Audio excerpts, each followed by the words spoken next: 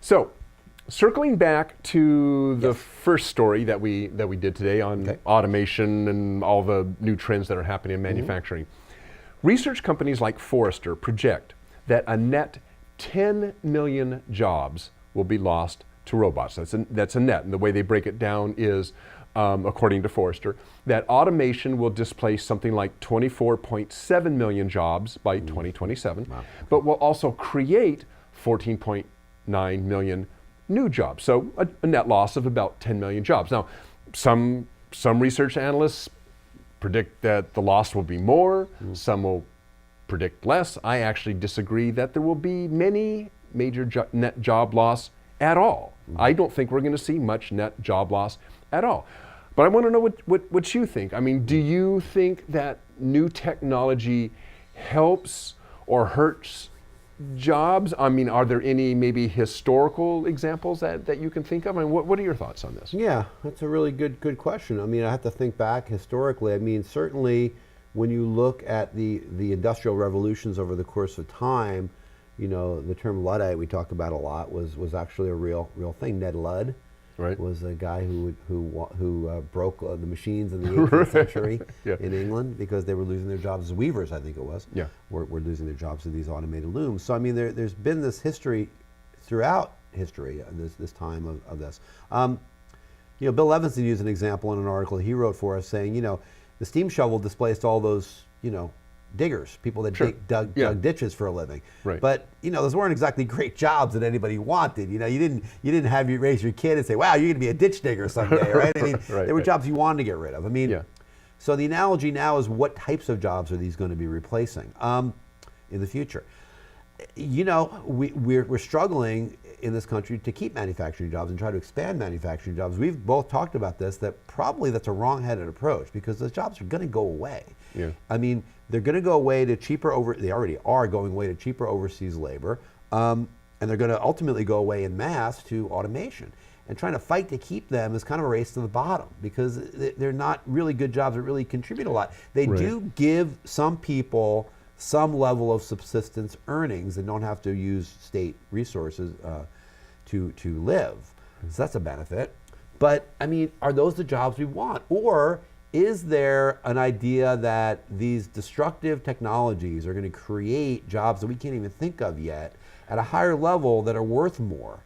Net, it's going to derive more for the economy. Those people at the bottom of the economy are probably, going to suffer from it. I don't know what to do to fix that other than to give them opportunities to get more education and get into the workforce. I think this is the thing is I think there's two separate issues. One is there going to be net job loss, which I honestly think no. But I think there will be. Well, I think there will be net job loss, but I think there will be net revenue. How should I put this?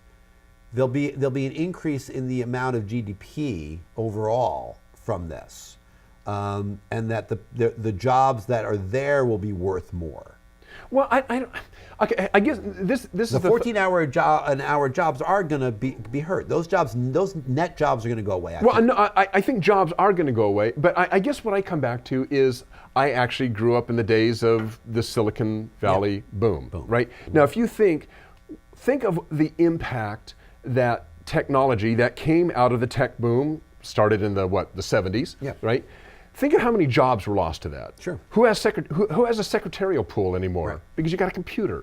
Right? Think of all the secretarial jobs that were lost. I mean, if you just look at technology and think of all the jobs that were lost to technology, but look at what jobs were created by the tech boom. I mean, you had people inventing things now in their garages that they never and becoming entrepreneurs and selling. But how many of those secretaries got jobs from that? No, they lost their jobs. But I'm saying net. What happened to them over the course of time after that? I'm saying I agree. That level of job is going to suffer. I agree with you. But I think we're talking, and I'm not discounting the loss that people lose a job that sucks. Of course it does. For them. For them. Okay, but as a whole. I'm agreeing with you. We're saying the same thing, but I mean, you're talking about net job loss. There will be a net job loss. There will be a certain number of jobs that are going to go away. But I think they're going to be more than replaced by new jobs. That's what I'm saying. I think they will be replaced by new jobs. I think they will be more than replaced by new jobs in terms of the value of the salary that those jobs offer, but in terms of a 1-to-1 ratio, it won't be replaced. If you lose, if automation takes away 10 million jobs, it might create 1 million jobs that are 10 or 20 times more valuable, but it's still a loss of 9 million jobs. The 9 million people that don't have work. The 1 million that do have work will have better jobs worth more, so overall the value will be higher, but there will be a net job loss, I think, at the lower levels of the economic scale. The solution to that is raising people up to have better skills so they can compete for those better jobs.